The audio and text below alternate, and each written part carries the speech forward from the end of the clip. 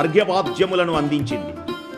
వీటిలో ఎవరైనా మన ఇంటికి వచ్చినప్పుడు మంచినీళ్లు మజ్జిగ ఇస్తే అఖండ పుణ్యమట.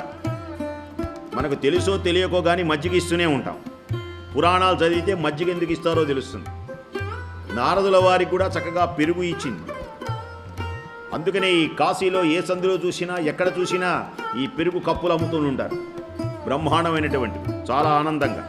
అలాగే దర్భలు, పూలు, ఆర్ద్ర అక్షింతలు, పసుపుతో కలిపినటువంటి దివ్యమైనటువంటి అక్షింతలు ఇచ్చి చక్కగా గౌరవించింది.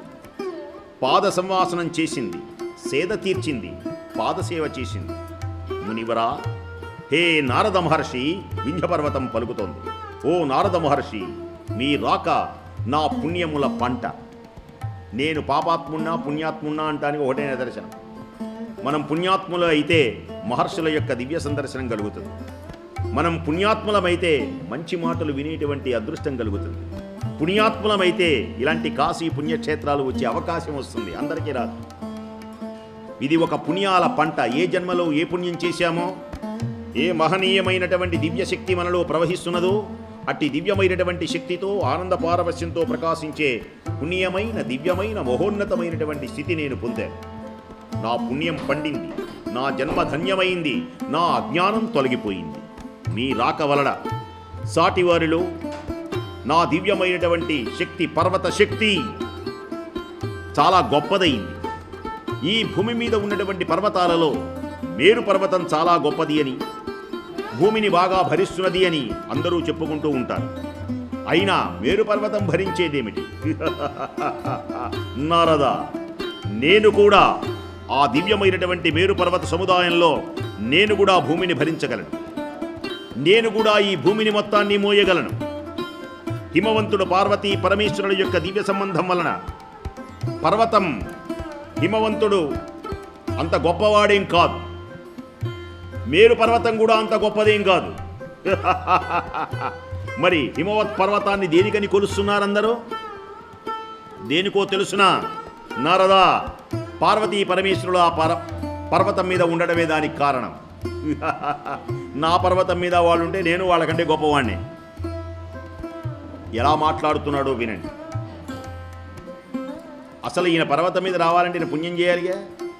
ఏమండే, నేను డబ్బులుంటే నేను స్కూళ్ళు కట్టిస్తా అంటాడు. ఏమండే, ఉన్న డబ్బులను ఏం చేస్తామంటే దాచిపెడతానంటాడు. మనకు అనేకమైనటువంటి విశేషములు మనకు గోచరమవుతూ ఉంటాయి. హిమవంతుడు దేనికని గొప్పవాడైనాడు, లోకపూజ్యుడైనాడు అంటే హిమవంతుడి ఆయన యొక్క దివ్యమైనటువంటి పర్వతం మీద పార్వతీ పరమేశ్వరుడు అక్కడ నివసించడమే అతని పూజనీయతకు ప్రధాన కారణమైంది. మేరు పర్వతానికి స్వర్ణమయం, రత్నాలు, శిఖరాలు నివాసం ఇవి ఉండడం వలన మేరు పర్వతానికి గౌరవం దక్కింది. మేరు పర్వతం నిండా రత్నాలుంటాయి, రత్నాల శిఖరాలు, దేవతా నివాసాలు అక్కడ ఉన్నాయి.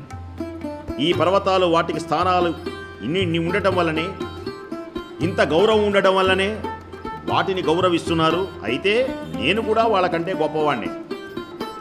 ఏమి లేదు, అక్కడ నా దగ్గర రత్నాలుంటే నేను గొప్పవాణ్ణే, నా మీద పార్వతీ పరమేశ్వరుడు ఉంటే నేను గొప్పవాణ్ణే.